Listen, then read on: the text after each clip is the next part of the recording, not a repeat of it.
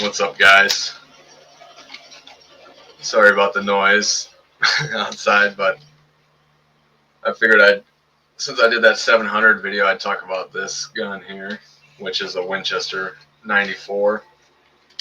This is probably between those two, that gun and this are my favorite deer rifles. But I would go out on a limb and say this is my favorite deer rifle. It's just such a classic. It's so light. When you're carrying a gun, you could carry it nice. It balances nice. So short. It's just such a handy rifle. If I'm going to be hunting in thick cover or anywhere I know I can only shoot 100 yards or less, this is what I'm going to go for every time. Well, I've had several, but they're generally all pretty accurate. This one at 100 yards, my groups are probably baseball sized, which for whitetail is really all you need. Like it is nice to be more precise than that, but in reality, the vitals of a deer are far larger than a baseball. But this is an older one, but it's not a pre-64. But there's no safety except the trigger. I don't know what you would call this, but anyways, you have to. The trigger's dead unless you're squeezing this. But what I usually always do when I'm hunting, I'll load up and then put it on half cock, and then when you see a deer, cock it. But yeah, these are just classic. I shoot 150 grain core locks.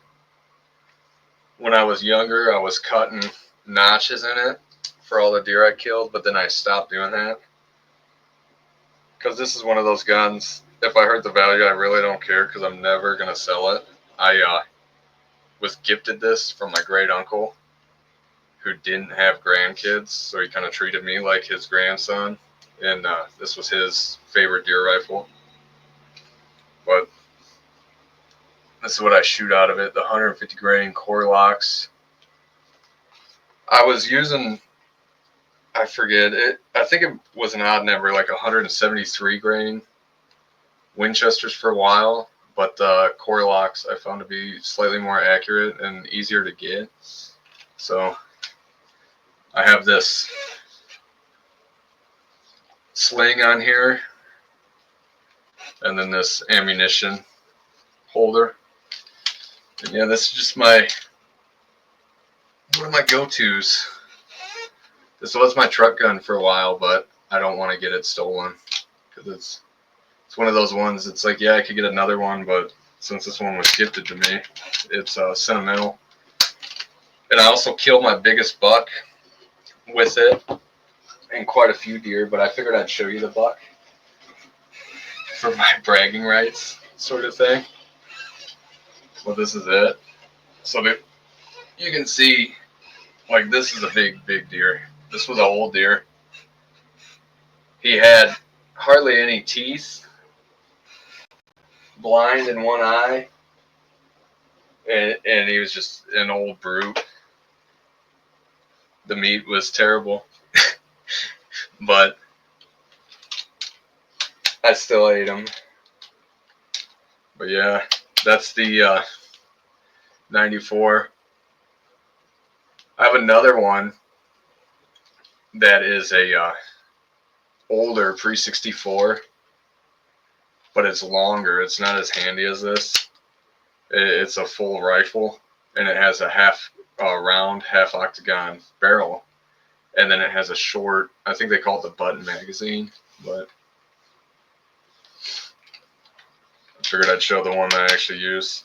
The design too, this was the first lever gun that could handle high power cartridges for the time, and the design is really neat. It's almost like a falling block, like a 1885, with the breech block I think that's what you would call that, the breech block here. See how it like falls in. Top ejecting.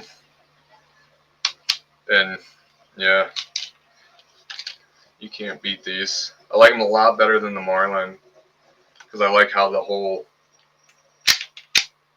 action, the whole pivot point is inside the receiver until you cycle it.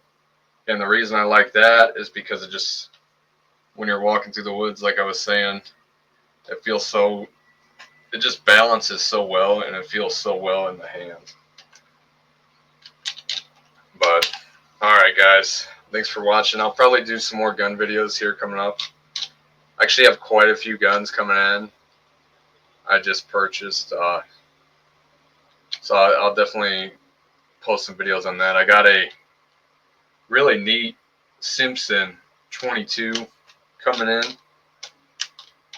single shot. I just got it because it interested me. I've never seen one like it.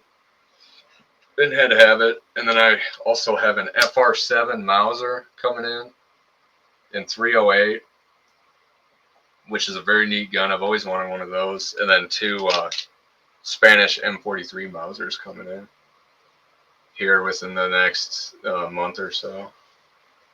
So I'll definitely be posting videos on those. But alright guys, like I said, thanks for watching.